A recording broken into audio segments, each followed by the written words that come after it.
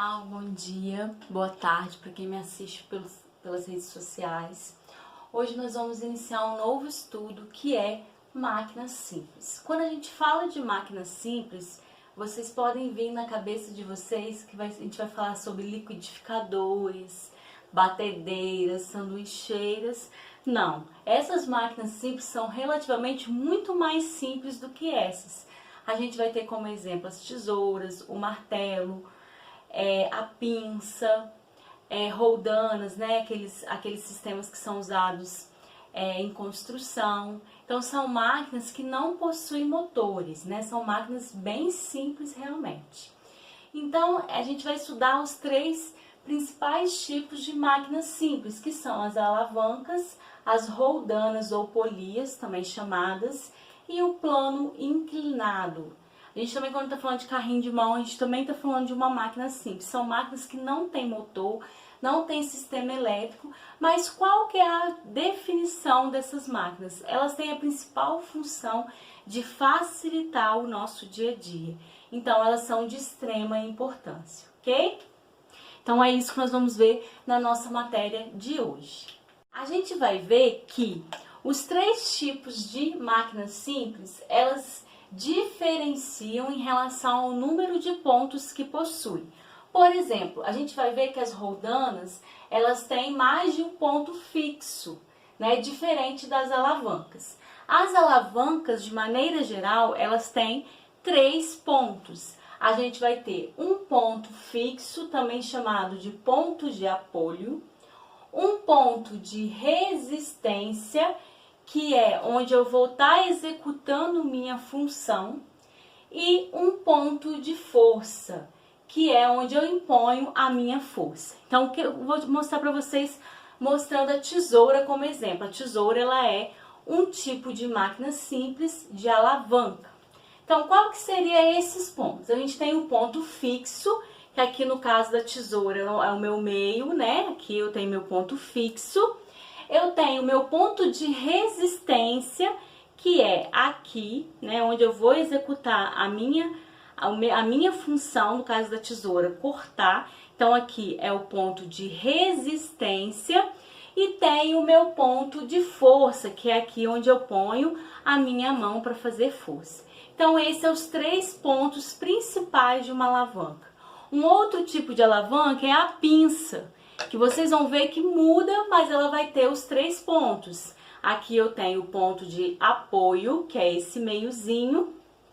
Meu ponto de força, que é aqui no início, no meio, né? Mais ou menos. E aqui eu tenho meu ponto de resistência. Então, todas as alavancas, elas vão ter esses 3 pontos de apoio. Um ponto fixo, ou apoio, vão ter esses 3 pontos, desculpa.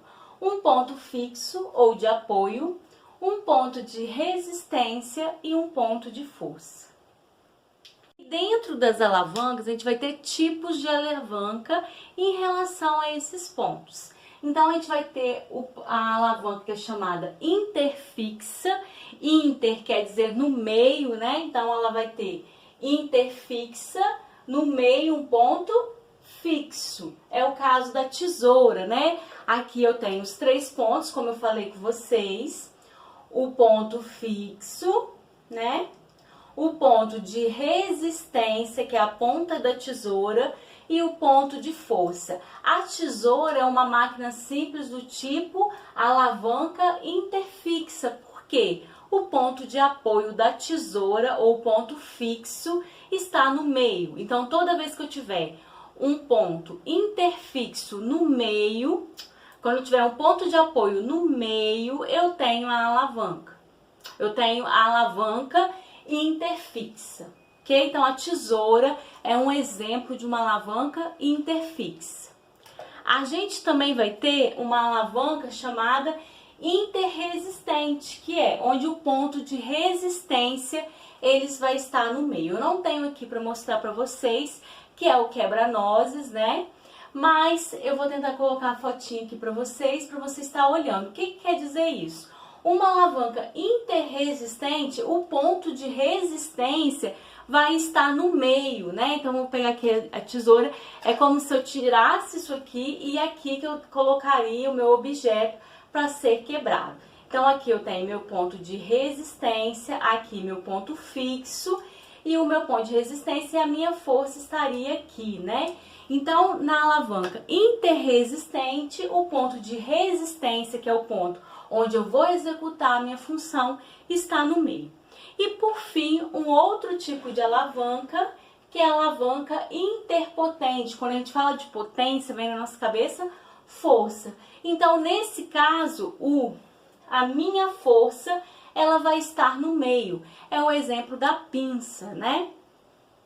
A pinça é um tipo de alavanca interpotente. Por quê? Aqui eu tenho meu ponto de fixo, meu ponto de apoio. Aqui eu tenho meu ponto de resistência e onde eu ponho a minha força, ou seja, onde eu executo a função aqui, né, de fazer força para estar movendo essa máquina, é a minha alavanca interpotente, ou seja, meu ponto de força está no meio, ok? Então, a gente tem esses três tipos de alavanca. Alavanca interresistente, que é o caso do quebra-nozes, que eu vou mostrar a foto para vocês, interresistente, que é quando eu tenho a minha resistência, a minha execução do meu trabalho está no meio. A minha alavanca interfixa, quando meu ponto de apoio está no meio, que é o caso da tesoura, né? E minha alavanca interpotente, quando eu executo a minha força no meio, certo?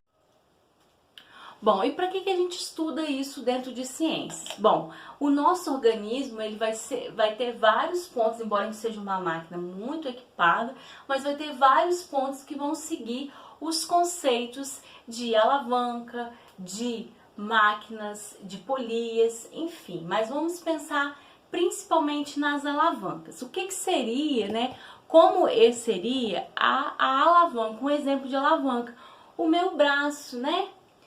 Por exemplo, no caso do meu braço, eu tenho uma alavanca interfixa, porque o meu ponto de apoio é a minha junta, né? Aqui eu tenho meu ponto de força, na realidade eu tenho meu ponto de resistência e aqui eu tenho meu ponto de força, porque aqui é o ponto onde eu vou desempenhar a função. Então aqui na hora que eu for levantar alguma coisa pelo meu braço, eu tenho um conceito de máquina simples, né, de uma alavanca interfixa, porque o meu músculo, o meu ponto de apoio é a minha junta e o meu músculo é o meu ponto de força e a minha mão, meu ponto de resistência, que ele vai estar desempenhando a função de levantar algum objeto, certo? Outro exemplo é o pé. O pé é uma alavanca interresistente. Por quê? A resistência, o ponto de resistência, ele está no calcanhar. Por exemplo, o meu peso do corpo faz a força, né? O meu ponto de apoio é o pé, a ponta do pé, e a resistência, né, no caso, é a minha panturrilha, né? Meu ponto de executar a força é minha panturrilha, ok?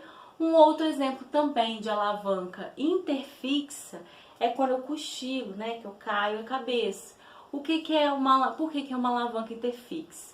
O meu ponto de apoio está aqui atrás, através das minhas articulações e do meu músculo, né? Eu faço o coisa de cair. Então, isso também é uma alavanca interfixa. A minha cabeça faz a força e o meu queixo ou o meu pescoço é a resistência, que vai executar a função, certo?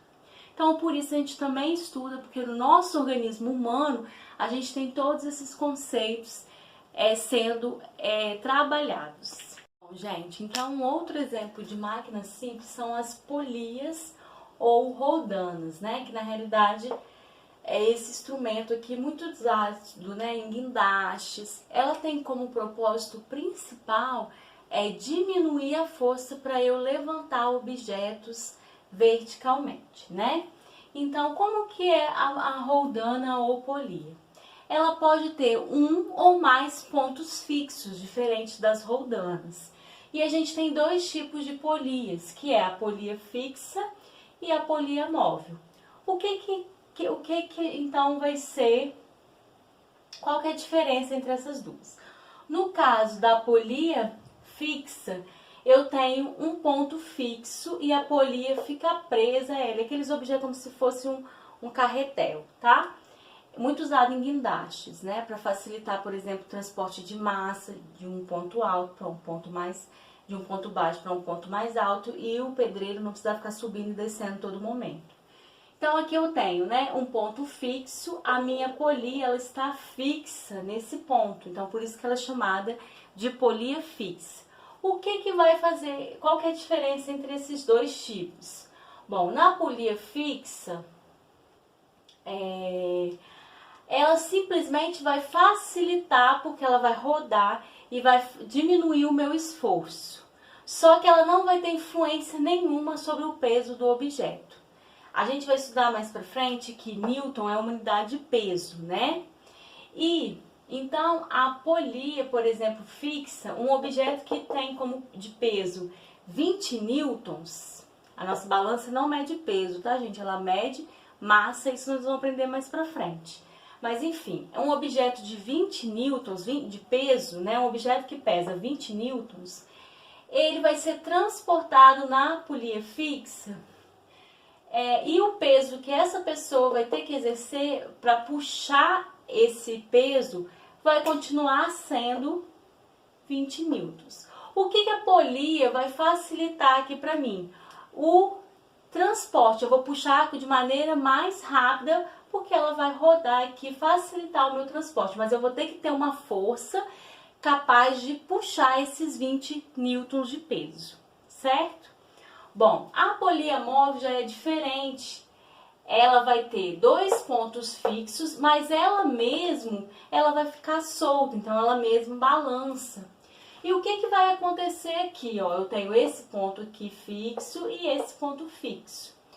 Quando eu for puxar esse mesmo objeto de 20 newtons, 10 newtons vai ficar para cá e 10 newtons vai vir para cá. Então, eu diminuí o peso. Então, a polia móvel, ela consegue reduzir o meu peso. Então, se eu tiver uma força, eu só suporto 10 newton, eu vou conseguir puxar esse objeto através da polia móvel.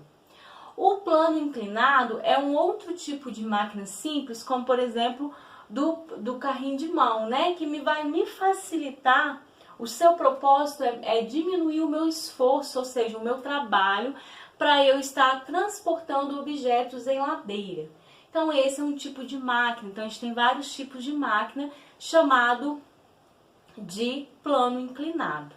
Tá ok? Mas as principais são as alavancas, como eu falei, dos três tipos, que a gente tem que estar entendendo esses três tipos, e essas polias móveis que também é importante a gente estar entendendo que a polia fixa, ela vai alterar o meu esforço, porque ela permite eu puxar esse objeto com maneira mais rápida. Mas a força que eu vou ter que desempenhar vai ter que ser igual ao peso do objeto. Agora, a polia móvel não, ela divide os meus objetos. De maneira geral, geralmente no nosso cotidiano, a gente usa os dois tipos e eu vou mostrar para vocês agora, tá? Como que eles associam esses dois tipos de polias.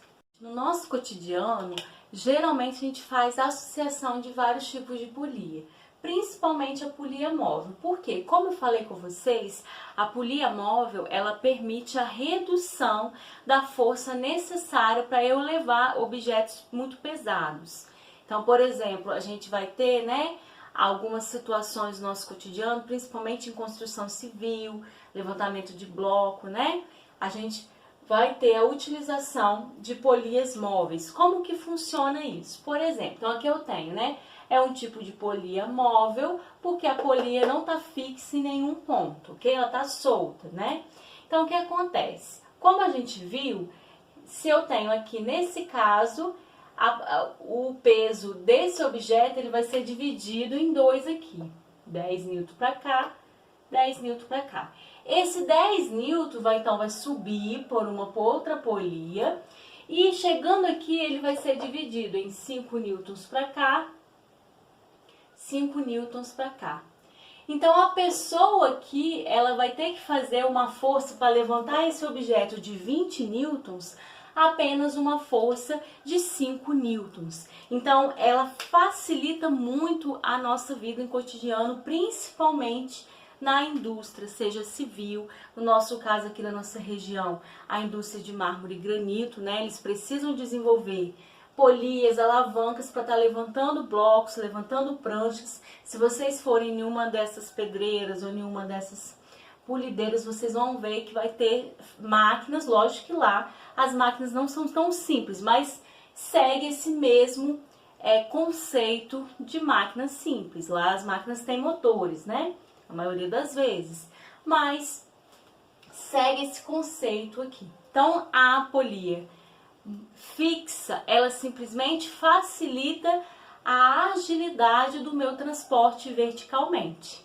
A polia móvel, ela além de facilitar a agilidade, ela também reduz a força necessária para eu estar transportando um determinado objeto na direção vertical. Tá? Espero que vocês tenham entendido, mas qualquer dúvida, qualquer coisa que vocês não entenderam ou eu falei de maneira rápida, vocês podem estar me perguntando, tá bom? Até a próxima aula. Espero que vocês tenham gostado, né? Porque o 8º ano do ensino fundamental é o primeiro contato com física, são essas matérias, ok? Até a próxima aula.